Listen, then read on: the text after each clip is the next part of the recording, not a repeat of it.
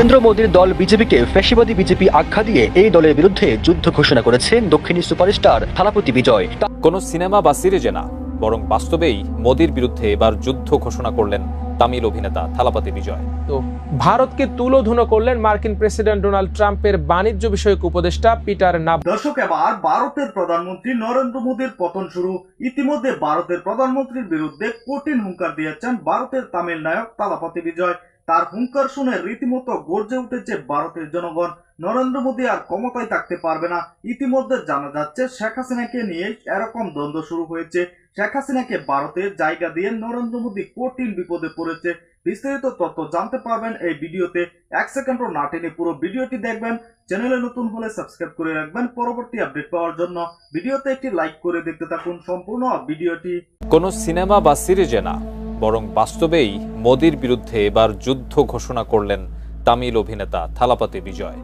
সরকার, master সহ আরও অনেক সিনেমায় তিনি যেমন বিপ্লবী চরিত্রে মানুষের মন জয় করেছেন, তেমনি এবার বাস্তব জীবনেও ভারতের সরকার প্রধানের বিরুদ্ধে হুঁশিয়ারি উচ্চারণ করলেন।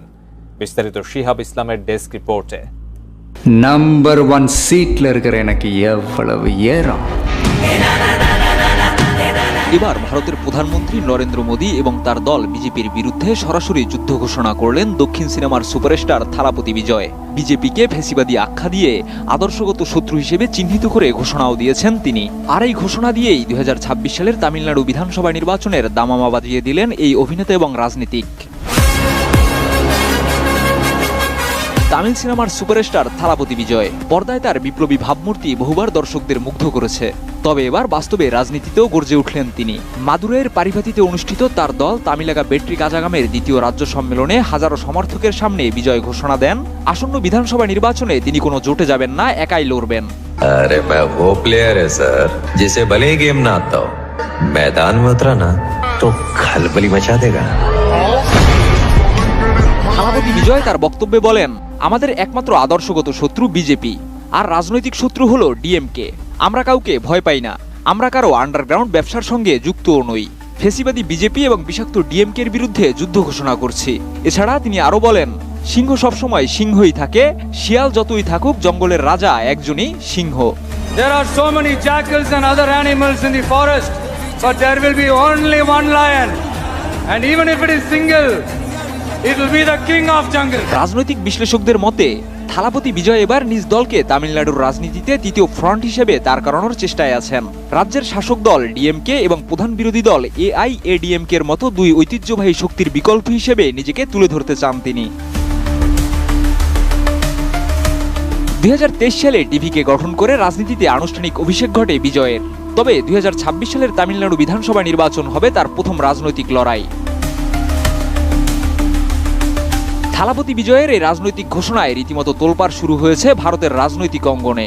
পর্দার বিপ্লবী নায়ক এবার কতটা সফল হন রাজনীতির মঞ্চে, সেই দিকেই তাকিয়ে আছেন তার বিশাল সমর্থকেরা।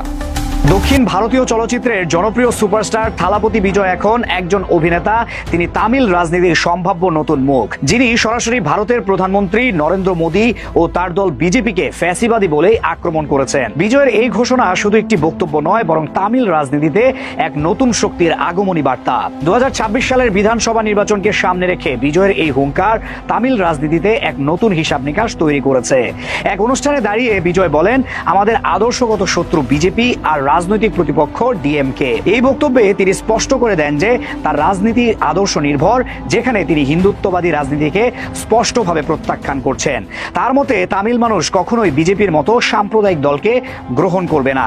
বিজেপির প্রতীকের সঙ্গে তুলনা করে বিজয় বলেন, পদ্মপাতা যেমন পানি ধরে রাখতে পারে না, তেমনি তামিলরাও বিজেপির সঙ্গে থাকবে না। এমন সাহসী বক্তব্য একজন অভিনেতার মুখে বিরল, বিশেষত এমন একজন তারকার মুখে যিনি নিজেই বিপুল জনপ্রিয়। বিজয় আরো বলেন, সিংহ সবসময় সিংহই থাকে, একবার গর্জন করলে সেই শব্দ 8 কিলোমিটার পর্যন্ত কম্পন সৃষ্টি করে। জঙ্গলে শিয়ালের অভাব নেই, কিন্তু সিংহ থাকে একজনই, সেই রাজা। এই বক্তব্যে যেন তিনি বুঝিয়ে দেন নিজের আত্মবিশ্বাস কতটা দৃঢ়। সিনেমার গ্ল্যামার নয়, তিনি নেতৃত্বের ভরসা তৈরি করতে এসেছেন। নিজের দলকে তৃতীয় ফ্রন্ট হিসেবে গড়ে তোলার ইচ্ছাও এখানে পরিষ্কার হয়ে ওঠে। বর্তমানে তামিল রাজনীতিতে ডিএমকে ও এআইএডিএমকে দুই শক্তিশালী দলের বাইরে আর কোনো বাস্তবসম্মত বিকল্প নেই। বিজয়ের চোখে এই শূন্যতাই বড় সুযোগ। রাজনৈতিক বিশ্লেষকদের মতে বিজয় এখন যে অবস্থান নিচ্ছেন তা কেবল হঠাৎ কোনো ঘোষণা নয়, বরং দীর্ঘ পরিকল্পনার অংশ হিসেবেই তাকে দেখা হচ্ছে। তিনি রাজনীতিতে পা রাখতে চান এমন গুঞ্জন চলছিল অনেক আগে থেকেই, এবার তা নিশ্চিত হলো।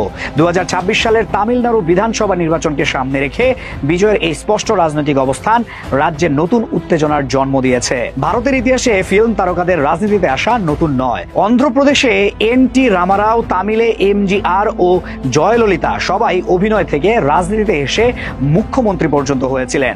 এমনকি বর্তমান সময়ে কমল হাসান। ভারতকে তুলোধুনো করলেন মার্কিন প্রেসিডেন্ট ডোনাল্ড ট্রাম্পের বাণিজ্য বিষয়ক উপদেষ্টা পিটার নাভারো। শুক্রবার হোয়াইট হাউসের বাইরে সাংবাদিকদের সঙ্গে কথা বলার সময় নাভারো বলেন, নয়াদিল্লি লাভজনক বাণিজ্য খেলা চালাচ্ছে, অবিলম্বে তাদের ওপর শাস্তিমূলক 25% সহ মোট 50% শুল্ক কার্যকর হবে। তিনি আরো বলেন, 2022 সালের ফেব্রুয়ারিতে রাশিয়া ইউক্রেন আক্রমণের আগে ভারত কার্যত রাশিয়া থেকে 1% মতো তেল কিনত। এখন তা বেড়ে 35% পৌঁছেছে। ভারতের এ তেল আসলেই দরকার নেই। এটি আসলে এক ধরনের রিফাইনিং লাভ ভাগাভাগির খেলা, ক্রেমলিনের জন্য এক প্রকার মানি লন্ডারিং। নাভারো বলেন, ভারত শান্তি প্রতিষ্ঠায় কাজ করছে না, বরং যুদ্ধ দীর্ঘায়িত করছে। তারা সস্তায় রুশ তেল কিনে তা শোধনাগারে পরিশোধন করে ইউরোপ, আফ্রিকা ও রাশিয়ার বাজারে উচ্চ মূল্যে বিক্রি করছে। তার ভাষায় এটা পুরোপুরি ভারতীয় রিফাইনিং শিল্পের মুনাফাখোরি নীতি। সম্মানিত দর্শক, আপনারা জানেন ভারতের একমাত্র নেতা হচ্ছে রাহুল গান্ধী ও সেই তামিল সিনেমার নায়ক ভারতের বিখ্যাত থালাপতি বিজয়। তিনি নরেন্দ্র মোদীর বিরুদ্ধে সরাসরি যুদ্ধ ঘোষণা করেছেন। দর্শক, তিনি যে পরিমাণ হুঙ্কার দিয়েছেন তাতে বোঝা যায় অতি শীঘ্রই পতন হবে নরেন্দ্র মোদীর। 26 সালের নির্বাচনে নরেন্দ্র মোদী আর ক্ষমতায় আসতে পারবে না, কারণ তিনি ফেসিবাদী হয়ে উঠেছেন শেখ হাসিনার মতোই। শেখ হাসিনাকে আশ্রয় দিয়েও কিন্তু রীতিমতো ব্যাপক চাপে রয়েছে নরেন্দ্র মোদী। দর্শক, আপনারা দেখেছেন নরেন্দ্র মোদীর উপর কিভাবে হুঙ্কার দিয়েছেন সেই তামিল নায়ক ভারতের বিখ্যাত নেতা থালাপতি বিজয়।